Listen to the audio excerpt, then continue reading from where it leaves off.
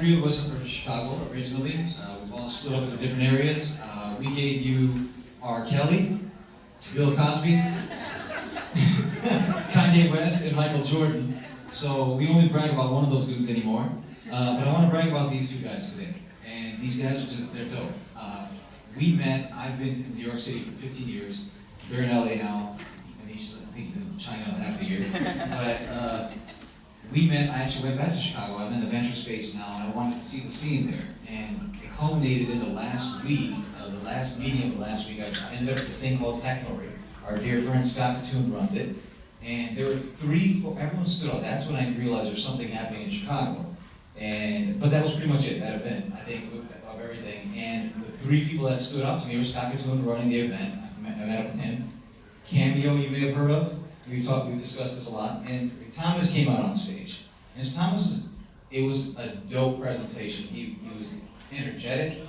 I can tell he's a hustler from an investor standpoint. You look at someone, the idea may pivot over time, which it actually has, right? And you look at someone who knows the product, knows the market, knows how to scale, and you want to look at, will they hustle as it pivots and as they get the outside advice? This guy had it. I just happened to be sitting next to Anish in the auditorium. I'm alone. I'm just sitting there saying, I said, this guy's pretty dope. He goes, that's my business partner. I'm like, oh, okay, cool. So then fast forward, I host a lot of, our group hosts a lot of startup showcases. There's been about 50 of them. We do high profile, low profile, public and private ones. We've had them to some, because I wanted some Chicago representation. They're just cool dudes. And they show up. That's a great thing about them. And they showed out. You guys are great. Everyone loved you. We'll get into some of those things later on.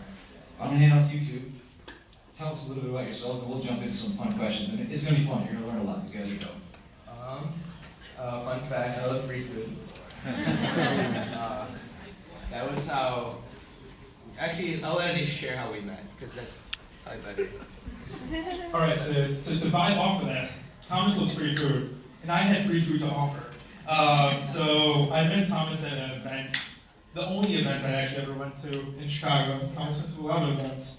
And I met him there, and then I had spotted a co-working space downtown. And every Friday they had free food and free booze. So I invited everybody I knew in Chicago. I'm like, come guys, doesn't cost me anything, just come to the co-working space. This guy consistently came through every time. And that was the beginning of the seedings of the partnership. Yep. And then, I'll let you take it away from there. Well, what should I share? Should I share like where we met, or should I? Take it away. Okay, so it was David John's event, and at the time, I was doing my own thing. I just met Anish like across the pizza line. Of course, I'm just like, hi, I'm Thomas. He's like, cool, nice to meet you. And then he just kept sending me those invites. I would show up, and the food was amazing. Like in 1871, like they would give free beer, catered lunch. I was like, I'm in, because in college, It was Middle Light and Chipotle, dude. No, but as a college student, like I didn't have the funds to buy food consistently, so anytime there was free food, it would hook me in. And if there was an event where I wasn't invited, I would still show up and just grab their food and meet people. I wasn't on the list.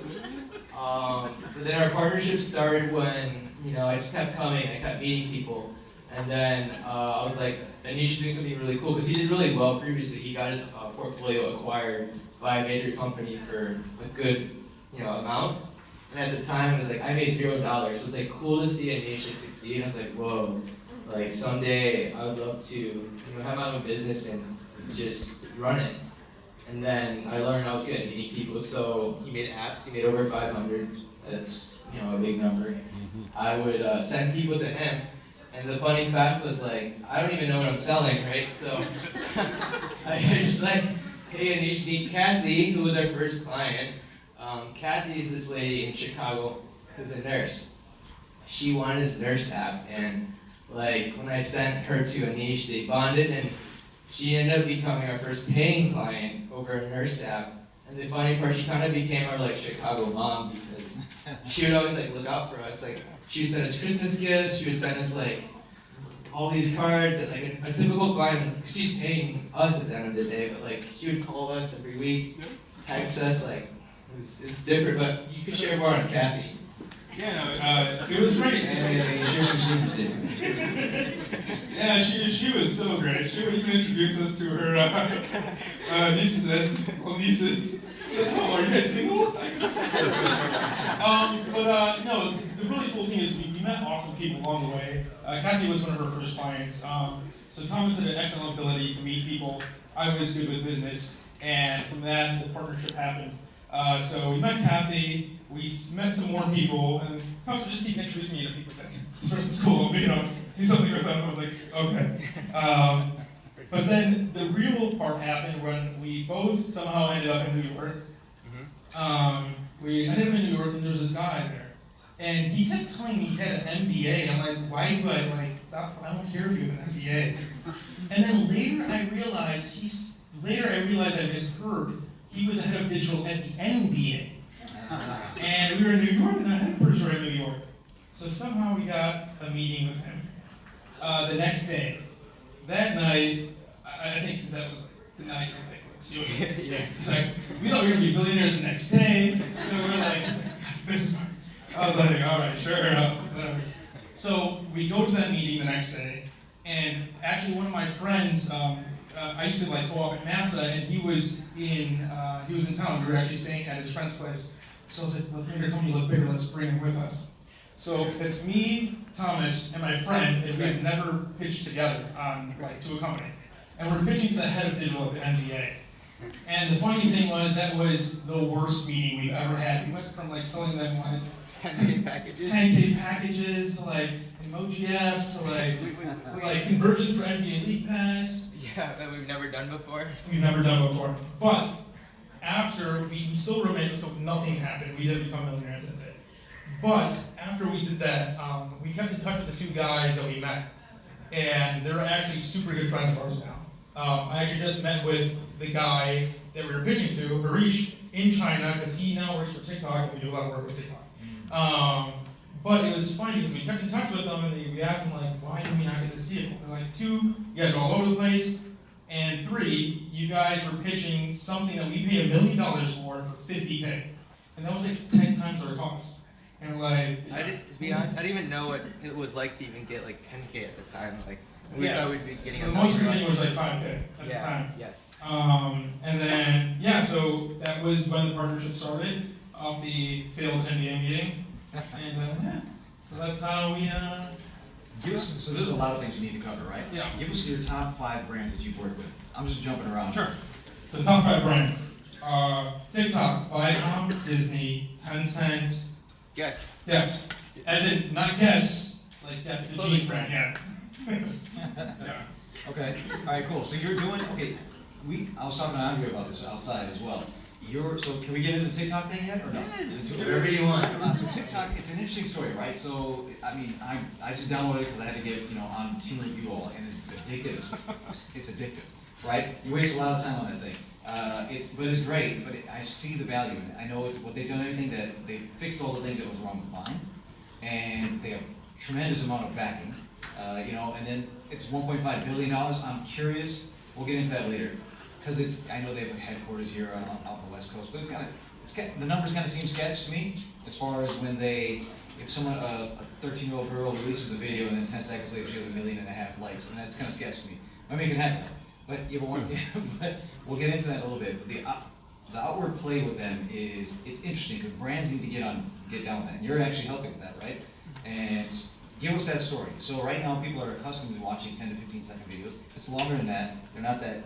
You better capture attention with something. But brands probably want you to stick around a little bit longer, right? So how is that play going to work?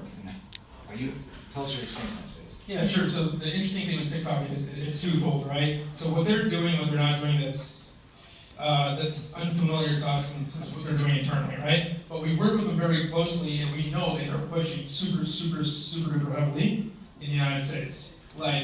We deliver basically a Super Bowl commercial for them every other day. Well, we're doing one literally this holiday season. Yeah. How many views are we pushing? Last thing was 250 million. In 2 weeks. Not impressions, views. Nice. And they're just going ham, right? So if a company is going literally that aggressively into a market, they're gonna, even if their business model doesn't work on the back end, they're gonna manifested into reality just through the sheer number of dollars being spent. So that to me is interesting. I always think interesting opportunities are, there's a new platform emerging where there's completely underpriced, it's an underpriced asset, right? So underpriced huge consumption. So that's why we were kind of all in on TikTok, because we work with them on one side promoting the company. So we have all the insights, all the internal data, and we have even things that other companies can't do to help brands with. We have access to types of products that companies don't. And so we learn everything from promoting them, and then everything we learn, we can pitch it back out to a brand and be like, hey, get on. And then we go pitch it back to TikTok and be like, hey, we just brought this brand on, facilitates the next thing. So it's just a Do you work a fee on that back end? Will the biz dev play? Yeah. Oh, nice. Yeah. So and it's good. Like, so if we're talking to Hulu right now, if we close a Hulu deal for them, we're like, oh, Sapphire closed a Hulu deal for us. And then we'd be like, oh, let's do a campaign between Hulu and TikTok. So Hulu will be a customer, TikTok is our customer, and the partnership itself is a customer. Where does that become a conflict for people that need to know, if it ever does? A conflict? In what sense? To have it representing both sides of that. No, because at the end of the day, we're just providing value for both sides. Okay, cool. All right. You want to jump in, or? What part of TikTok are people most curious about? I mean, there's so much to talk about because literally with TikTok, we started working with them in October of last year. It's been quite a ride. Like, it started with just 100 million views in October, and we just kept going, and then we went global. We just started working globally, and next thing you know, it's like consistently doing this. So with TikTok, the platform's been cool to see brands jump on board, because when we started, the brands weren't paying advertising dollars. The celebrities weren't on it yet. The NFL, NBA. Now we're seeing like Will Smith, BTS, like literally every mainstream celebrity brand or whoever you look at is on TikTok. So it's been really fascinating to see like what the future before it started. And we knew at the time that TikTok was blowing up because songs like Coca-Cola would push 100 million views. And then Ride It, Old Town Road. Yeah, that song. So we knew it was gonna go viral. Like Before it went viral. way before. That's why it blew up too, right? Yeah. So okay. And when he says like we're doing 100 million views, we're doing like 100 million views like in 6 days. Oh yeah. Yeah, it's not even like that. We're doing like a literally Super Bowl commercial for them like every day during campaigns. So. Yeah, and to get the reach, it's a lot of work. I'll say because in the beginning it was just like we have our team, but like 100 million views. If you look on Instagram, like you post, probably get a couple hundred. We get 100 million views in screenshot. So how we did that was, I reached out to every single account on Instagram that you can think of, similar to LinkedIn, how I did my outreach. TikTok or Instagram, I'd be like, hey, would you like to work with us? I did that like 1,000 times, and on Snapchat, and then eventually we grew our network where we can depend on these people to post content consistently. We mastered the craft of caption, colors, whatever, and then it just worked. And then we were able to activate so fast that like now 100 million views is nothing to us because we've been doing it for like a year. When I see that, I'm just like, whatever, it's 100 million views because we just kind of built the system. Who can compete with these guys in the next long term? So, because they're blowing up, right? So there's Snapchat, Instagram stories came out and kind of gobbled that up. Snapchat can still play a little bit, but I think I mentioned this, the writings on the wall. Who can play with TikTok against TikTok? I mean, the super interesting thing is here, like we're seeing companies spend amounts of money never been spent, known to mankind before, to achieve a position. So Facebook, Instagram, Snapchat all grew organically. These new companies that are launching literally are betting billions and billions of dollars just to acquire customers at a completely lost value. So it's just like a new age where people are being like, hey, let's lose $3 billion first and see then if we can build a company off of it. Whereas historically it would be like, let's invest 20 million, 50 million. But there are companies that you can make if you lose $5 billion, and that, but like that's just not that hasn't been done yet. So who can compete with them? I mean, I think they'll be a very viable brand. Sometimes people compare them to Vine, but Vine was backed by like single-digit millions of dollars. Yeah. But TikTok has. So the cool thing is when I go to China a lot, they have another app called Douyin there. Douyin generates like $20 billion in profit last year. That's $20 billion in profit that they have not just worked into the United States. Yeah, it's nice. Run it. So, go ahead. Oh, no, you can go ahead. No, you, man. I'm sorry. Okay, what else you want to hear from that? You want to jump out to? Yeah, like anything that people are curious about. Yeah. So what are people interested? So the gentleman behind you was up first, you in the best. And it doesn't have to be TikTok. It could be anything. Oh, yeah. My question was specific to TikTok. All right. I can catch. So actually, What's your name? I'm Ken. And so it's interesting to see when there is a platform shift. There always seems to be opportunities when attention moves to different platforms, right? And this seems to be the case with TikTok. So we've heard a lot of promise of TikTok. What I'm curious about is what unique attributes to TikTok makes it work so much better than Snapchat or Instagram stories, etc. In your view, in your experience. The most interesting thing I think about TikTok is Snapchat, Facebook, Instagram are all social networks. TikTok, even running our internal meetings with them, they view themselves as an entertainment platform. So their competition they see is more as like YouTube and Netflix, not Snapchat, Instagram. So that's the key difference I see between the platforms. And yeah, they're doing a good job of scaling up. Before they were known as like a little kids app, and like a lot of our campaigns involve like promoting like normal people, older people, like the Creators campaign that we did. Yeah. We were promoting like farmers, musicians, dancers. So they're in the process of scaling up how most platforms start. Like Twitter would start off as like, oh, what did your cat do today? Now like, you know, the president's tweeting out, we're just looking weird. You know, yeah. Can I follow up on that though? So you said that before TikTok was sort of considered a teenager or kids app, essentially. Yeah. Do you see this audience sort of hyper segmenting the way Instagram has and sort of maturing into a different demographic, or does it stay the same? What's your feel on that? I definitely see maturing. The reason I say that is, what was it, since March they only let us do like 18 plus? Yeah. Yeah. Yeah, so it's getting older. I mean, it just started off as musically as a kids app, but now it's like you see artists, like, you can literally paint something and make like a time-lapse video and it goes viral, and all of a sudden you get more work from it. Like earlier on the panel with Tom, we were talking about like TikTok, just like you can literally photography, travel, writing, music, like it's not just like for kids, it's for your career too, or motivation. Like there's just so much opportunity right there.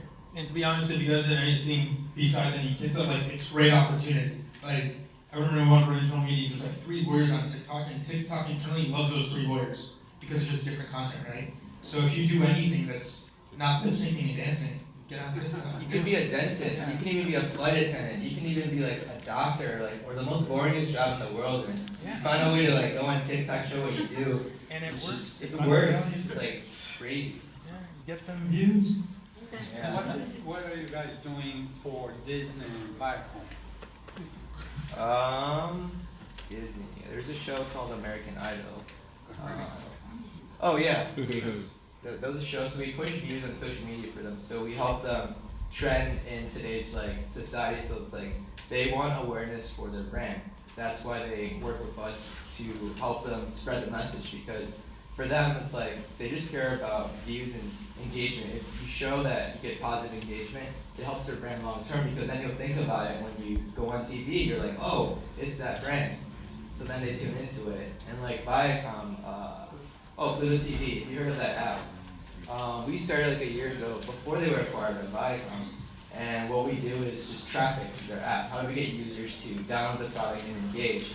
And we do that through various ways. It's just through Instagram, Snapchat. How do we find content where users engage and swipe up and download the product? Well, what we do is kind of like fear of missing out marketing, like just figuring content that trends on social media. So I'll follow a bunch of Instagram accounts and I'll see the best content perform. I'll save it on my phone, and then I'll look for stuff that we can make with Pluto TV. So I'll record something from my phone, and it actually performs very well. Because I've noticed, like, to trend, you just need something that does not look like an advertisement. So the best thing I learned was, like, I'm like, hey, Anish, go on Pluto TV, and I'll literally record him on my iPhone, like, just swiping up. And then I just write a meme caption, and people engage. Like the goal is the ad to now look like an ad, and that's what we do. And that, just to finalize, and that's working with big clients. Do you have like small clients, because the names you gave us are top notch, right? So to me, like when we started, we obviously did, but currently we do not. And the reason for that was just we felt that like starting off, it's actually a very interesting spot to be in because if you're a marketing agency doing marketing for a smaller company, you got to make sure you know that niche really well. So in the beginning, we niched down into apps, and now we're niching into things like ads that don't look like ads, TikTok. So we always niched, and then we just try to scale up. But yeah, currently we're just working with big brands. I think you had Dan right here, right? Yep. So do you see acquisition in TikTok's future by YouTube, Google, or Netflix? Because I know, and historically, a lot of these companies, if they can't compete with these small companies, they just acquire them to get the user base, to get the customers. You mean if TikTok's an acquire them? No, it's TikTok going to be acquired by YouTube or Netflix. Just, in your opinion? Expensive. Yeah, that'd be almost because The amount of cash you need is just I not almost like think TikTok is worth more than Snapchat. So TikTok's worth about $80–90 billion. Snapchat's worth $20 billion. YouTube's well part of Google and stuff, but like no, they won't sell. I could almost see them being. Fine. Twitter could be acquired by. Right. I think that'd be a great platform. Twitter's actually a good platform that people utilize. It's just not Right. utilized properly right now. Acquired by TikTok, you mean? I think TikTok could acquire them. Yeah. I think Okay. Netflix, you brought Netflix. up a good point. Maybe Netflix, once the valuation comes down a bit, could be Yeah. a nice play for TikTok as that well. would Wow. be amazing. Wow, that'll be something. That's actually You play interesting in too. streaming Yeah. space, so I'm like, yeah, I think of that. Because like Big content library. We even recently got hit up by TikTok to do a show for them. Okay. It's short bites.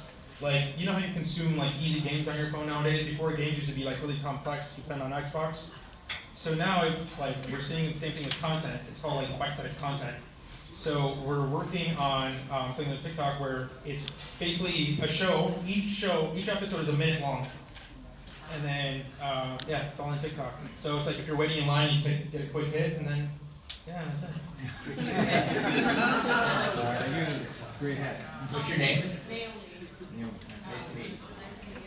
Thomas, you mentioned that at some point you DM'd as many people as possible in hopes of like maximizing visibility. Did you go targeted and were you pitching them to become like influencers in your program, or you just kind of give them good content or invite them? Can you explain that? Yeah, so quite simply, I reached out to the biggest accounts, and I would just say, hey, we're interested in working with you. They would say, oh, okay, cool. And then when I talk to the influencer, I don't just go for single posts. I'm like, hey, can I buy your inventory for the month? Like, hey, I guarantee that I can bring consistent revenue towards you. Because in the influencer space, there's a lot of like, it's just very random. Like 1 month you can be banking it, but then the next month you can go cold. So for me, I'm like, I'm consistent. If you work with me and you do well, then we will have a better working relationship together. And the crazy part is I turn them into team members essentially. So most people don't realize like influencers are very like, some can be sloppy when they turn stuff up. I train my influencers, so they're sending me reports, they're sending me screenshots, they're adding everything up to me for me on the Excel spreadsheet where all I do is I just copy, paste, there's my report. So it's different, but that's how we're going. Thank you. Gentleman in the red shirt, you had a So question. I have two questions. Have you ever thought of the approach of TikTok and you in equity? Because you're building out the whole. Oh, God.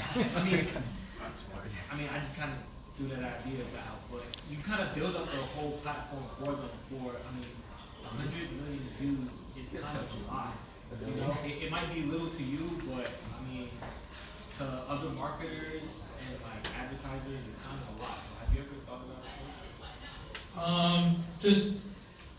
Well, TikTok's too big for us to do that. And two, in the early days, we definitely got offered to do that. But one thing I learned about the whole equity approach early on if you're a marketing agency is, until we have a rule like to be honest, we just don't do it. We don't take equity into any businesses. The only equity we take is the businesses of our own. So we do a lot of work with TikTok, but we're launching TikTok products internally. So instead of partnering with people, whatnot, like we just focus on our business and then we focus on our internal businesses. Now we don't do any partnerships. We don't invest in companies. The only companies we invest in are our own because we've learned that once we have something going, like partnerships and stuff, it just gets hard in business. My only recommendation would be find one good partner, stick with them, and then it'll be easy from there on. We I can have go. another question. Have you ever, what do you think about Triller as a competitor for TikTok? I mean, I know they're way smaller, but like, I mean, they basically do the same thing. There's a lot of things that do the same thing, but like the thing with marketing is sometimes if you have budgets that are just ridiculous wins. we can talk about partnership because I think that's really important. So partnership is key because, you know, as our company grew, so many people come to us, they're like, hey, we would love to partner with you on X, Y, Z. So like in the beginning, we partnered with the biggest celebrities in the space, like Lindsay Lohan, and this was 3 years ago. Cold email, she got on the phone with us, and then we convinced her that it was good to work with us. She needed to work, man. so that didn't work out, and we did other partnerships along the way, but like every time we made a partnership, it just didn't work out for us, and then we learned, you know, why don't we just stick together and just partner? It's just like stick to us. Like we do the best when we work together, but when we partner with other people, there's like other liabilities. So with partnerships, I would say stick to one. Don't pick up too many partnerships unless you feel like there's a really good chance, but be careful with your time because partnerships can like suck up a lot of your time and you may not get anything. Like we would go to meetings with these people, like drive all the way out, we think there's big potential, and then all of a sudden it's like we would end up losing money. And we're not talking like a little bit, like it would cost us a lot. So yeah. I'm just going to consolidate what you said and what you said. That was a great point. So partnerships is the way to go, but the way equity comes into play with a large company like TikTok, I'm a boring number against coming to show, but they're going to probably take a chunk of Sapphire Apps before you go the other way around, just because they came in with like, what was it initially? It was a $1.5 billion investment initially, right? Which is unheard of, generally. And the only way they would give equity to someone is if like a Disney came in, Disney would force that in. So that's a great point, great question. Oh, who else has a question? Oh, back here. Okay.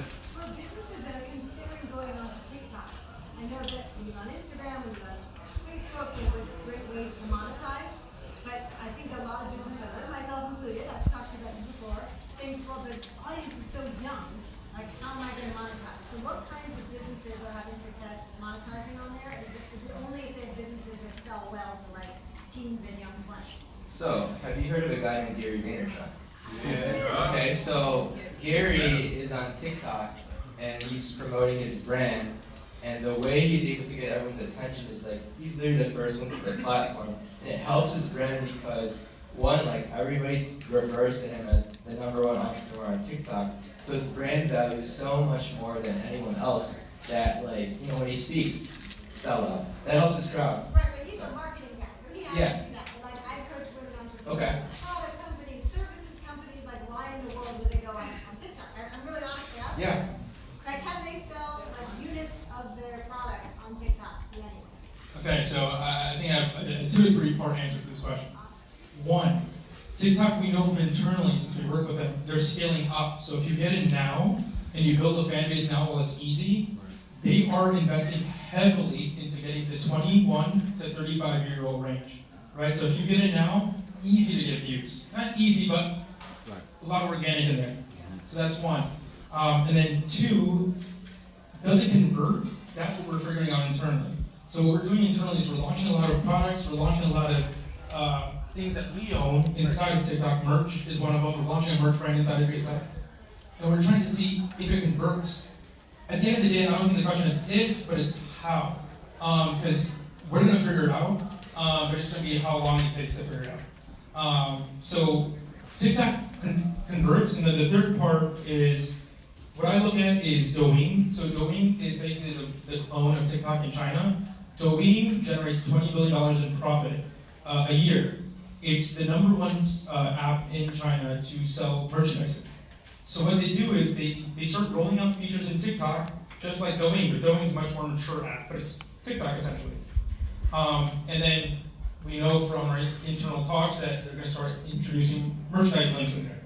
So I think just They getting have it already. I saw on TikTok in the bio for public accounts, you can now have a hyperlink in there. Before that was never a thing. and then soon you'll be able to do it on page.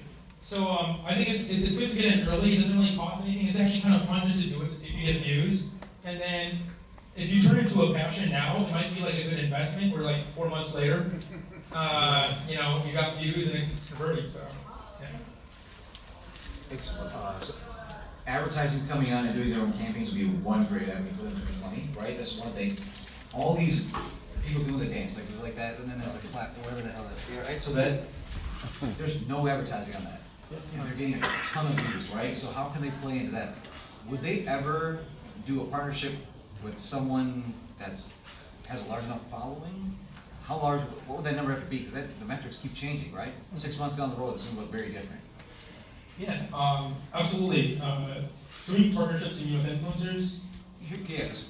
You could do we have someone, Andrea, like, I think Bloomberg has a TikTok thing they're doing. Yeah. It's on Twitter a lot, I see it, and that's dope, so that makes sense. But other brands, so that would be a good play, brands just coming up to the top level, drilling down. But there's so many folks who are, not even at the influencer level, but they could get a lot of views. Brands, Adidas could get a ton of views because they're all wearing it anyway.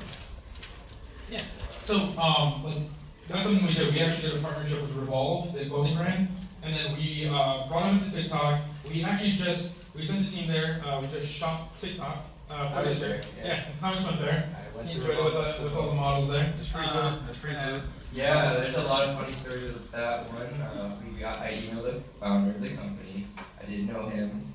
Just said, hey, Thomas, we're working with TikTok. We're just looking to partner with other brands.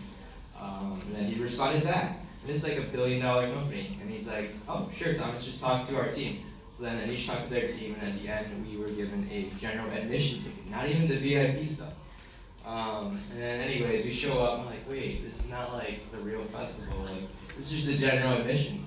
So what happened was we just showed up to their hotel because I knew where it was. And there's security, I just walked past. I sat on this like cabana, I was just like, on my laptop, I'm like, I have to talk to somebody here who can help me out. And nobody helped me out, but funny enough, the bus was leaving. And they're like, hey, are you guys coming to this party? And I'm like, sure. So we hopped in this bus. It's a 1 hour drive.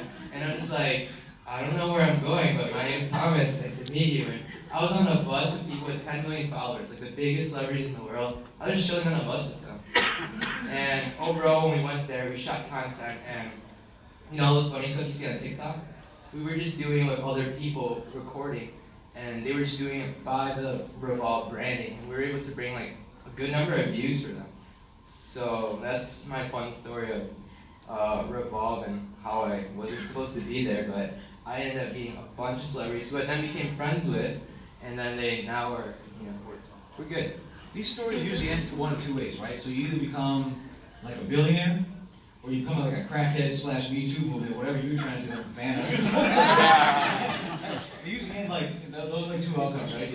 I love this guy's hustle. That's what I noticed initially. 4 years ago, whenever I met you. Who else we got? Boom. I'm Sam. Sam. Nice to meet you guys. Hello. So what kind of tracking for campaigns are you guys using? So your analytics, how are you pulling that down from how campaigns? And then my other question is, how are you guys giving back? Nice. You could share the first part. So for tracking, it's often a lot of these platforms are so young in terms of how new and fresh they are for the analytics they can provide. So a lot of the analytics we provide are external analytics that you would see, like on a video, right? So it'd be like video views, video plays, likes, and whatnot, and then just roll that into a spreadsheet, nothing too fancy. But you know, for more mature platforms like Instagram and whatnot, we have software tools. For giving back to like charity stuff, or well, so this is one way we give back. We pay for everything here. We keep it free. We bring in top speakers. So Good for you. That's right. Valuable to everybody. Thank you. That's right. Thank you. Thank you, Sapphire. What about the nonprofit? Yeah, so that's something that we've been hit up by a lot of people lately. So it's just a matter of finding causes we believe in. We love the underdog stories because we're both underdogs. We weren't broke, like, you know, homeless, but like we started with zero from Chicago. Yeah, we just started from Chicago, and we know what it's like when people doubt you. So we just look for the underdogs into the stories, and then we host up with them. We bring our people together, and it's all like a celebration. So that's how.